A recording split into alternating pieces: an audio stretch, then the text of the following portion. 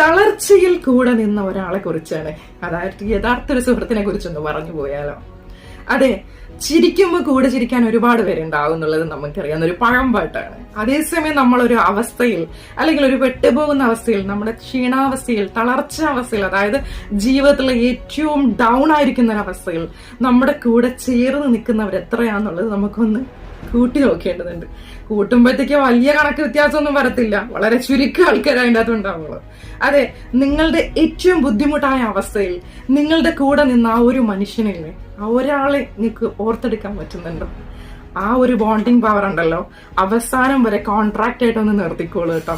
ഒരു പാകപ്പഴവും വരാണ്ട് ആ ഒരു ഫ്രണ്ട്ഷിപ്പ് ബോണ്ട് അങ്ങറ്റം വരെ എത്തട്ടെ. കാരണം എന്താണെന്നറിയോ, നമ്മുടെ വിഷമഘട്ടത്തിൽ നമ്മുടെ കൂടെ വരുന്നവരാണ് യഥാർത്ഥ സുഹൃത്തുക്കൾ എന്ന് പറയുന്നത്.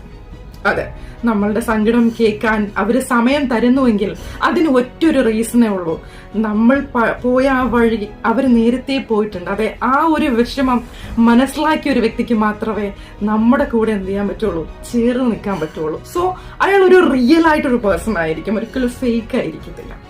സോ യഥാർത്ഥ ഒരു സുഹൃത്തിനെ നമ്മൾ കണ്ടുമുട്ടുന്നതും ഒരിക്കലും ജീവിതത്തിൽ ഹയറായിട്ടിരിക്കുന്ന ഒരു നിമിഷത്തിലായിരിക്കില്ല. അതെ, നമ്മളൊരു പരീക്ഷണ അവസ്ഥയിലായിരിക്കാം യഥാർത്ഥ ഒരു മനുഷ്യനെ നമ്മൾ കണ്ടുമുട്ടുന്നത്.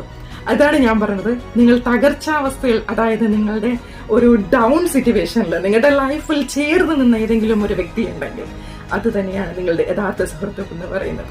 സോ അത്തരം സുഹൃത്തുക്കൾ എന്ന് പറയുന്നത് എപ്പോഴും നമ്മുടെ കൂടെ ഉണ്ടാകേണ്ടവരുമാണ്. അതെ, അവരുടെ ചിന്ത എന്ന് പറയുന്നത് നമ്മുടെ നേട്ടം മാത്രമായിരിക്കും.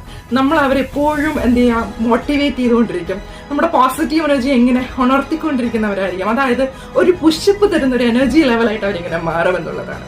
കാരണം എന്താന്ന് വെച്ച് കഴിഞ്ഞാൽ എന്താണെന്നറിയോ, അവര് നമ്മളിൽ നിന്നും ഒന്നും പ്രതീക്ഷിക്കുന്നില്ല എന്നുള്ളതാണ്.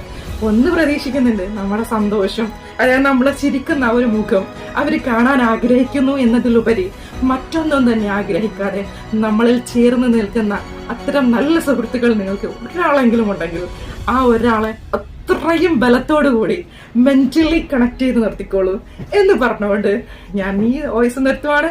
ഞാൻ നിങ്ങളുടെ മുഫി. എന്റെ ചിന്തകൾ നിങ്ങൾക്ക് എന്തെങ്കിലും ഇൻഫ്ലുവൻസ് ചെയ്യുന്നുണ്ടെങ്കിൽ നിങ്ങൾ എന്നെ ഒന്ന് സപ്പോർട്ട് ചെയ്തേക്കണേ.